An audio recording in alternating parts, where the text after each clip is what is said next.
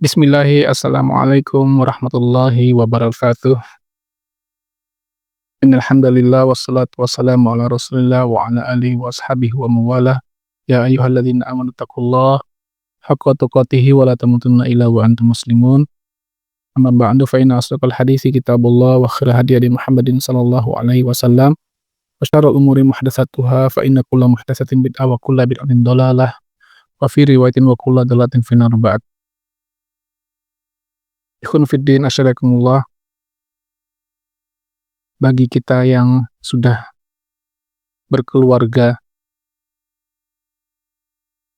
memiliki pasangan hidup, memiliki anak-anak, ya, pastilah banyak terjadi perselisihan, ya, perbedaan pendapat dengan pasangan kita.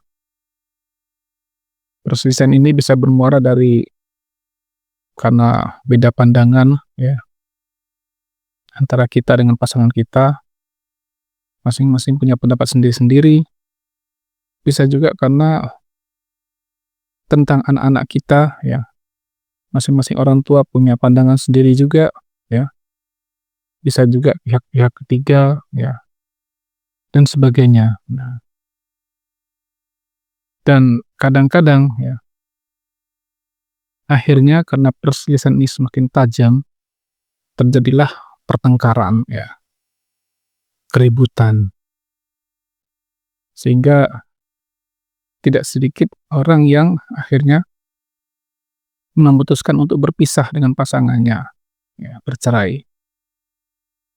Nah, bagaimana, apakah yang harus kita lakukan jika perceraian ini harus terjadi, ya? Ikhwan fillah asyadakumullah, saya memberikan beberapa saran, ya.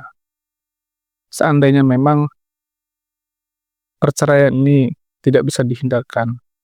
Pertama, ya, jangan ada, ya, suami dan istri ini ketika terjadi keributan, ya, semua merasa paling benar. Tidak ada yang merasa salah. Kalau semua merasa paling benar, tidak ada yang merasa salah, akhirnya yang terjadi tidak ada yang mau meminta maaf, ya kan? Tidak ada yang mau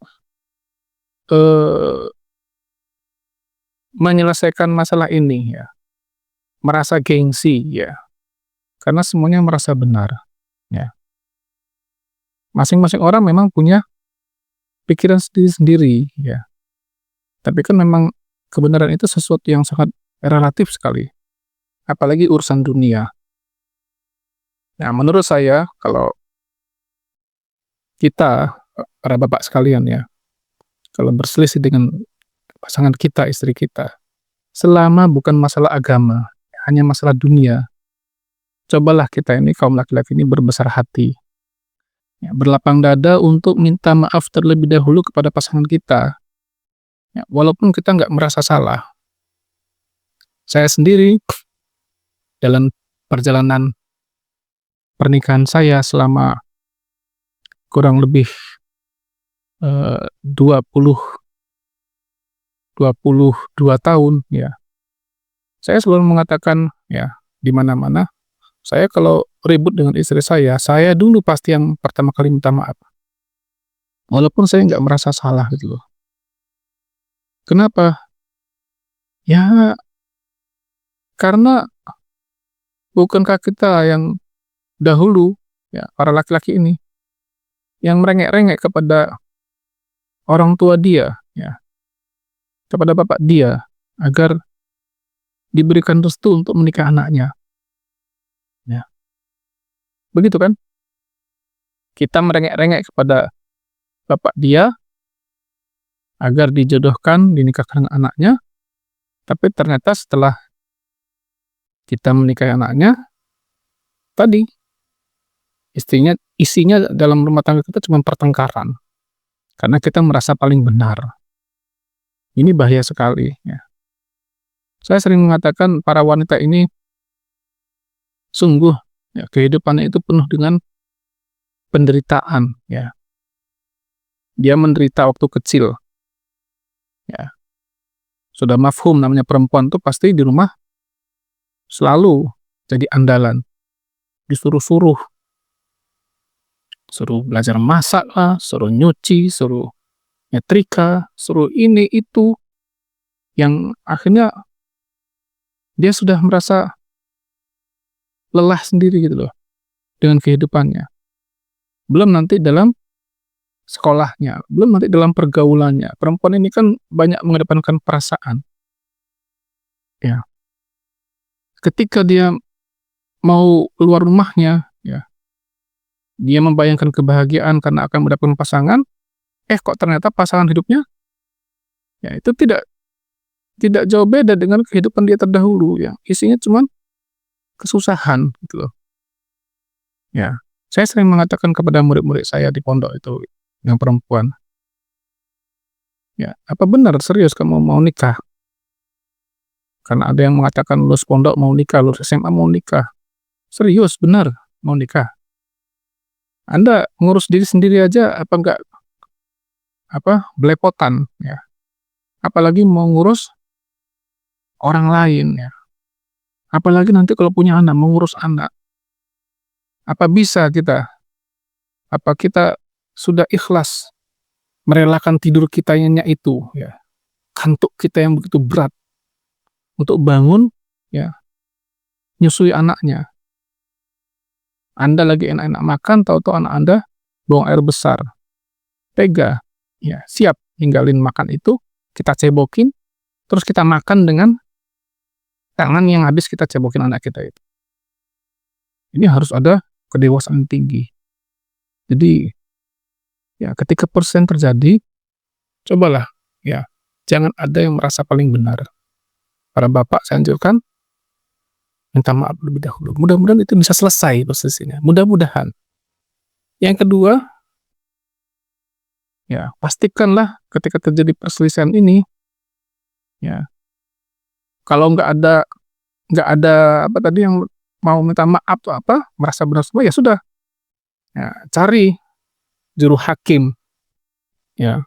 Ini sesuai dengan firman Allah di surah An-Nisa ayat 34. Fab'atsu hakaman min ahlihi wa hakaman min ahliha. Ya, kalau kamu khawatir tentang perselisihan dalam keluargamu, maka utuslah seorang juru damai dari kalanganmu, kaum laki-laki, dan juru damai dari kalangan dia, kalangan perempuan itu. Ya, biar adil gitu loh. Bisa nggak dicari jalan keluarnya? Ya, jangan merasa kita ini bisa menyelesaikan masalah kita sendiri. Kita ini punya banyak keterbatasan. Ya, kita harus tanya sama orang-orang yang lebih alim daripada kita, lebih tua daripada kita, lebih kenyang makan asam garam pernikahan. Yang ketiga, ketika akhirnya perceraian itu betul-betul terjadi, ya, maka, saran saya, ya, jangan kita itu menjelek-jelekkan pasangan kita. Ya, seburuk apapun kelakuan dia gitu loh. Ya, jangan, karena ini aib gitu ya. Allah Subhanahu wa taala berfirman di surah Al-Baqarah 237, ya, wala tansal fadla bainakum. Jangan kalian lupakan ya kemuliaan, kebaikan kalian berdua. Ya, ayat ini isinya tentang perceraian ini. Kalau terpaksa cerai ya sudah, tapi jangan lupakan kebaikan dari pasangan masing-masing kalian. Ya, Bapak punya istri, sejelek apapun kelakuannya, itu minimal adalah ibu dari ya anak-anak Anda gitu ya. Sejelek apapun dia, itu orang yang pernah dulu tidur dengan kita, yang pernah menyiapkan masakan makan untuk kita, yang pernah nyuciin baju kita. Ya, sejahat apapun suami ibu, itu bapak dari anak-anak ibu. Ya, dia yang dulu mau dengan gagah berani meminang ibu, ya kan? Ketika semua laki-laki hanya maunya pacaran, ya kan? Maunya hubungan yang tidak jelas, ini laki-laki, saya siap menikahi kamu. Ya, dulu dia yang pernah memberi nafkah kepada ibu dan anak ibu. Jangan lupakan kebaikan dia, ya, jangan lupakan kebaikan dia. Dan jangan ajarkan kita kebencian terhadap orang tuanya, gitu ya. Jangan, itu tidak baik.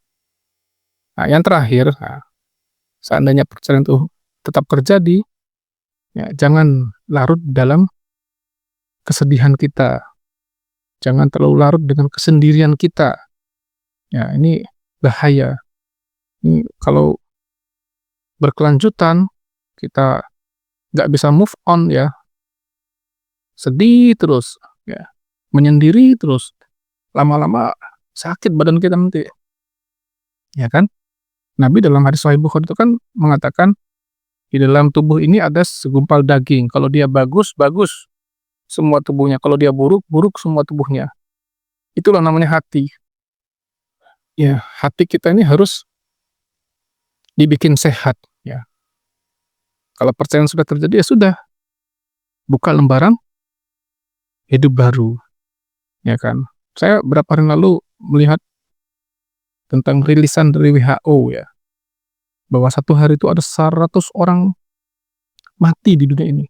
Dalam satu hari ada 100 orang mati dikarenakan apa? Dikarenakan kesendirian. Ya, kesendirian ini bisa jadi karena memang belum punya pasangan atau punya pasangan tapi akhirnya mungkin mereka berpisah. Nah, perpisahan ini kan sesuatu yang menyakitkan jiwa gitu loh. Ya, menyakitkan jiwa kita. Apalagi perceraiannya dengan cara yang tidak elok ya, tambah sakit kita. Ya, ketika perceraian terjadi, cepat-cepatlah move on, ya kan? Ibu-ibu yang sudah selesai masa apa iddahnya, ya 3 kali apa 3 kali masa haid, udah datang ke pengajian, datang kepada seorang ustadz, ya. Kalau ada, nah menikahlah lagi, kan cari pasangan hidup yang baru. Tapi kalau ibu mau berprinsip, "Udah saya mau fokus anak-anak saya saja Ustadz," nggak apa-apa, kita hormati, silakan. Yang penting kita tidak larut dalam kesedihan kita yang berkepanjangan. Ya, bapak-bapak juga gitu, ya kalau sudah pisah, ya sudah, move on lah. Nah, bapak-bapak nggak punya masa iddah, ya. Jangan kita larut dalam kesendirian kita. Nanti kalau sendiri itu, ya kata Nabi SAW, "Asyaitonu ma'al wahid." Setan itu bersama dengan yang sendirian. Nah, akhirnya terjadilah maksiat-maksiat lagi. Mudah-mudahan yang sedikit bermanfaat bagi saya dan ikhwan sekalian. Barakallahu fikum. Assalamualaikum warahmatullahi wabarakatuh.